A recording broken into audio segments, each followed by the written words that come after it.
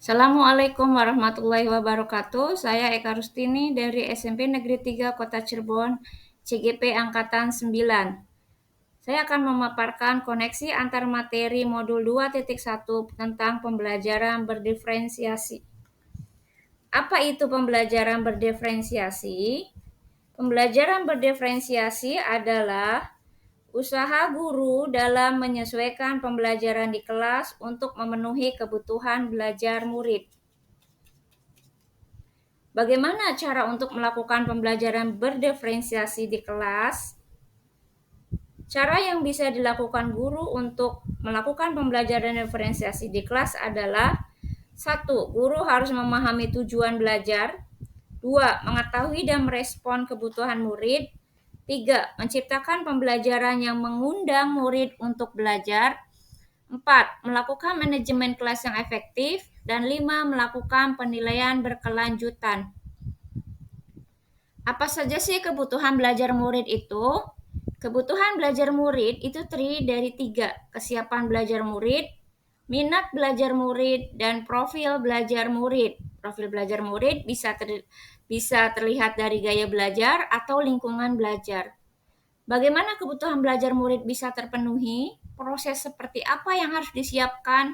Apakah murid bekerja secara mandiri atau kelompok? Berapa banyak jumlah bantuan yang diberikan kepada murid dan siapa saja yang memerlukan bantuan dalam pembelajaran harus dipertimbangkan sebagai bagian dari skenario pembelajaran yang akan dirancang oleh guru.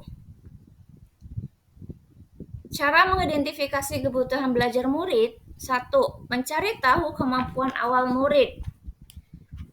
Kemudian nomor 2, mengamati perilaku murid.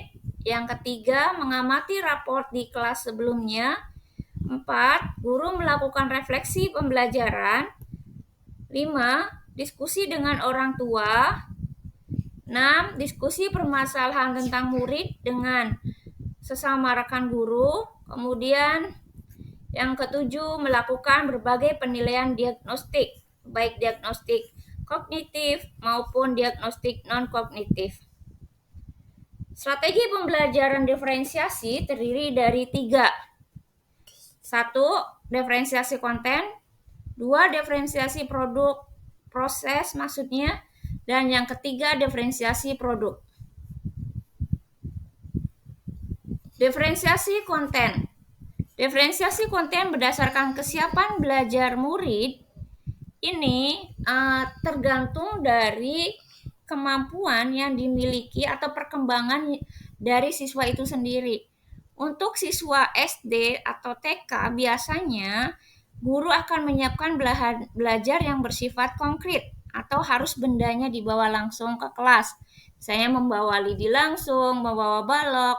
Kemudian untuk menyiapkan bahan yang bersifat abstrak ini untuk siswa yang sudah familiar dengan ide-ide atau konsep. Ini biasanya dengan konsep ini biasanya siswa SMA ke sana di atas. Kemudian sesuai dengan minat, misal dalam pembelajaran bahasa Indonesia dengan topik narasi, murid diberi kebebasan untuk mengarang sesuai dengan tema minatnya masing-masing. Untuk yang minat olahraga bisa mengarang tentang olahraga, kemudian kalau seni bisa mengarang tentang keseniannya.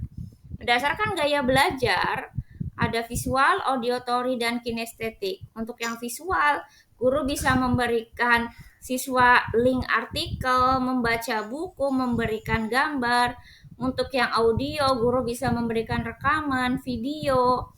Kemudian untuk yang kinestetik, murid bisa diberikan bendanya secara langsung atau bisa melakukan praktikum. Diferensiasi proses. Diferensiasi proses yang pertama kegiatan berjenjang. Dalam kegiatan berjenjang, materi sama, namun kebutuhan berbeda. Misal kita dapat menentukan mana yang lebih membutuhkan perhatian yang lebih. Kemudian 2, menyediakan pertanyaan pemandu. Pertanyaan pemandu ini disesuaikan dengan sudut-sudut minat. Misal, mempelajari jenis karangan, minat olahraga, duduk di sudut olahraga. Diberi pertanyaan sesuai dengan kemampuannya. Kemudian yang ketiga, membuat agenda individual murid.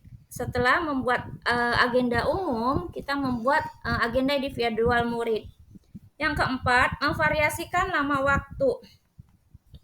Untuk siswa yang mengalami kesulitan, itu akan diberikan lama waktu untuk mengerjakannya pasti lebih lama dibanding dengan siswa yang memiliki kecepatan dalam menyelesaikan soal atau pembelajaran.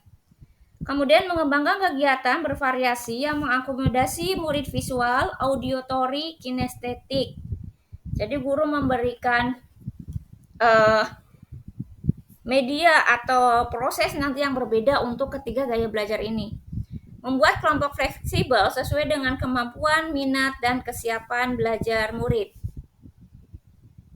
Untuk diferensiasi produk, pada strategi ini yang perlu kita perhatikan adalah tagihan yang akan kita minta dari siswa.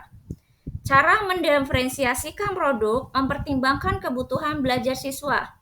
Penugasan harus membantu siswa secara individu atau kelompok, memikirkan kembali dan memperluas apa yang dipelajari siswa. Selama periode waktu, 1 unit, 1 semester, atau 1 tahun. Produk bukan sekedar untuk pemahaman, tetapi untuk aplikasi yang lebih luas. Pada dasarnya, mendiferensiasikan produk meliputi dua hal. Satu, memberikan tantangan atau keberagaman variasi, dan yang kedua, memberikan siswa pilihan bagaimana dapat mengekspresikan pembelajaran yang diinginkan. Ini produknya sesuai dengan kemampuan siswa dan minat siswa. Kemudian ini koneksi hubungan modul 2.1 dengan modul-modul sebelumnya. Hubungan 2.1 dengan modul 1.1, pembelajaran diferensiasi sangat erat kaitannya dengan proses menuntun kodrat murid dan pembelajaran yang berpihak pada murid sesuai dengan filosofi KHD, yaitu modul 1 tentang filosofi KHD. Hubungan modul 2.1 dengan 1.2 adalah nilai dan peran guru penggerak merupakan komponen utama dalam mewujudkan pembelajaran diferensiasi. Untuk melakukan pembelajaran diferensiasi, guru tidak bisa bekerja secara sendiri. Harus melakukan kolaborasi, baik itu dengan orang tua, dengan guru, dengan sesama guru, dengan siswa, itu harus melakukan kolaborasi, harus bersifat inovatif dan berpihak pada murid tentunya. Ini nilai dan peran guru penggerak ada di modul 1.2.